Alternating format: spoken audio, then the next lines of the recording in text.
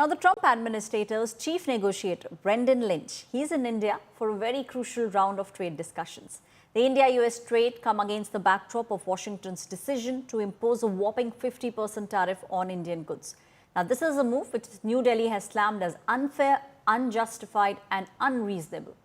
This visit is being seen as an attempt to ease the tensions between both the countries. Officials are very careful to stress that these are not the sixth round of the formal negotiations. Rather, they are an initial meeting. Now, this is something which will decide the future course of action. India and the United States of America have so far held 5 rounds of talks. The 6th proposed last month. The tariffs were announced last month. And then we saw how there was a tug of war taking place between India and the United States of America. India's exports have been affected following the imposition of 50% tariffs on shipments to the United States of America. Last week, Prime Minister Narendra Modi had reacted very warmly to US President Donald Trump's positive assessment of the trade talks between both the countries. He expressed confidence that the ongoing negotiations will pave the way for unlocking limitless position. There is a partnership that has taken place between both the countries and that should continue. मैं गांधी की धरती पे से बोल रहा हूं। मेरे देश के लघु उद्यमी हो, किसान हो, पशुपालक हो, हर किसी के लिए मैं आपको बार बार वादा करता हूं, मोदी के लिए आपके हित सर्वोपरि है। मेरी सरकार लघु उद्यमियों का, किसानों का, पशुपालकों का कभी भी अहित नहीं होने देंगी।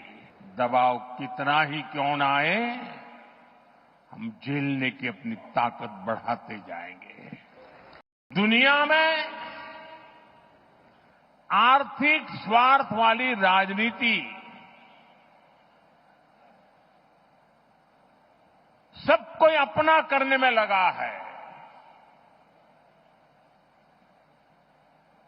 उसे हम भली भांति देख रहे हैं।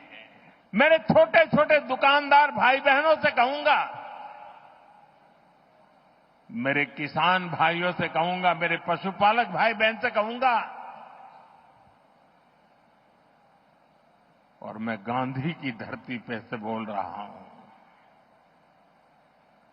मेरे देश के लघु उद्यमी हो, किसान हो, पशुपालक हो, हर किसी के लिए मैं आपको बार बार वादा करता हूं, मोदी के लिए आपके हित सर्वोपरि है।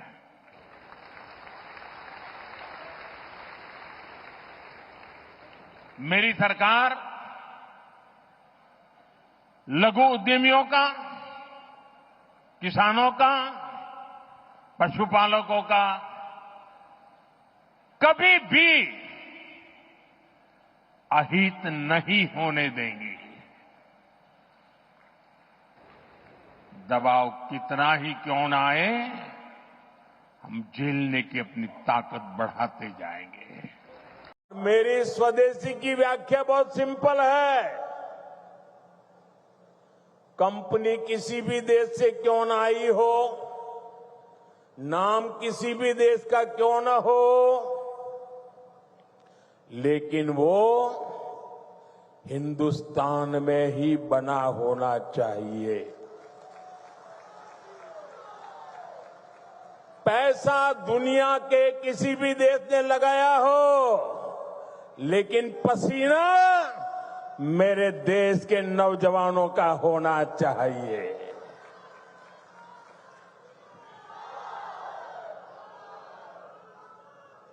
उस जो भी मेड इन इंडिया होगा, उसमें मेरे भारत की मिट्टी की महक होनी चाहिए।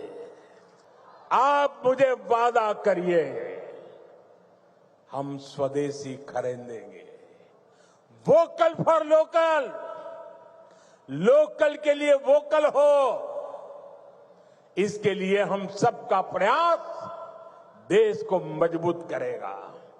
I don't think we have. I've been very disappointed that India would be buying so much oil, as you know, from Russia, and I let them know that. We put a very big tariff on India, 50% tariff, very high tariff. I get along very well with Modi, as you know. He's great. He was here a couple of months ago. In fact, we went to the Rose Garden, and the grass was so soaking wet. It was such a terrible place to have a news conference. I said, well, let's use a beautiful white stone emblematic of the White House, okay? And it's been very well received. But we had a news conference on the grass. That was my last news conference I had on the grass because everybody sunk in. You probably sunk in. Every reporter out there, they ruined their shoes. We made that change. It's been a really well-received change.